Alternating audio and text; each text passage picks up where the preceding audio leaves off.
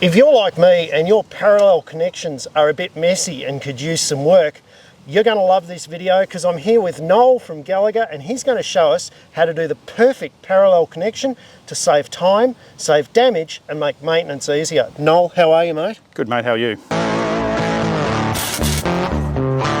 So Tim, what we're going to do here is actually shape our lead-out cables, and the reason we shape them up the back of the post here, and we actually put them in the knot, and the knot actually holds them in the right spot so they can't be damaged by anything in the way.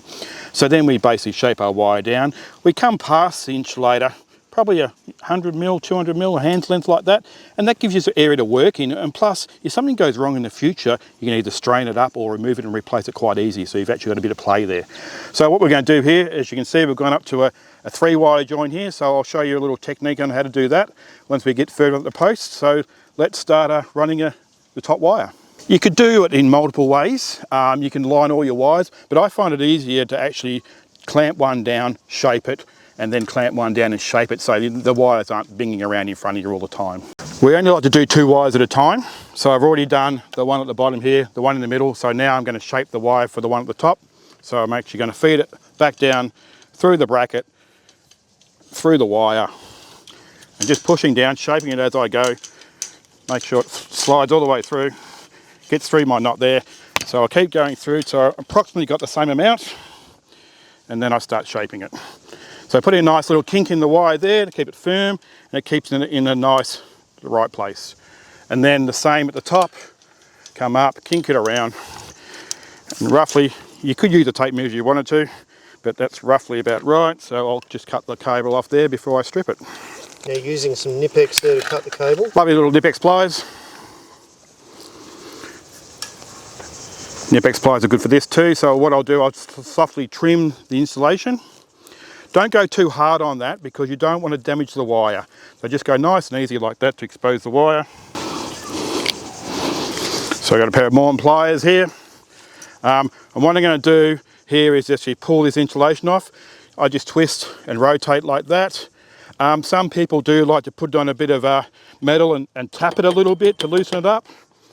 But I find it easier just to grab it, twist it 2 or 3 times like that so you actually expose it. Take it back off and grab the tip. So you're not grabbing the wire and it just comes off much easier. Just like that. While we're joining our lead-out cable to our fencing wire, we always clamp it. So we always use some type of joint clamp. So this is a 4-way joint clamp. So it basically slides through just like that. And all we do then is just nip it up tight with our hands, and we'll get a shifter onto it or a spanner, whatever you'd like to use. Okay, the reason you use a joint clamp is a good electrical connection.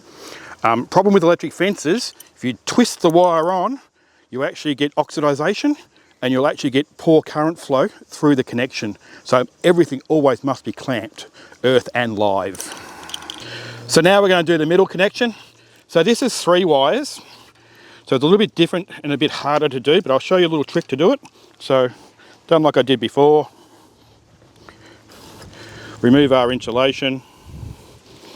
Just twist it so I get a little bit of colour there on the wire so I can see it. So then I'll just nip the end of the cable. Off it comes quite easily. Okay, it's pretty hard to put 3 straight wires together. So what you do is actually put your 2 wires in as per normal. So top and bottom. I'm just going to slide that through there. Okay, just nip it up a little bit, just like that. So what I'll do then, I'll just shape this wire so it runs vertical, because you see the joint clamp actually has 2 vertical slots in it.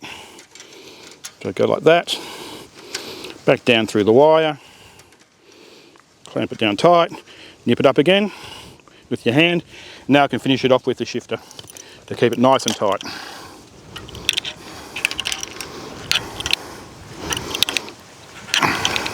Voila, we have one parallel connection. You can see we have a hot wire on the bottom, linked to the next hot wire, linked to the next hot wire, linked to the next hot wire. We're nicely shaped so our wire's out of the way. The cable can't be caught by anything because it's protected by the post itself. Anything happens to the fence, we've got extra room here to strain it or adjust it on all the wires. and we shouldn't have any electrical problems because we've got really strong connections. Well, Noel, thank you very much, mate. You've certainly upped my game in terms of parallel tie-offs of electric fences, and you've given us some really good tips to make sure that we reduce the amount of issues and problems that we have in the fence. Thank you very much, mate, for your time. Pleasure, Tim. Thank you. Thank you. Only one last thing to say. Like and subscribe or you'll get upset.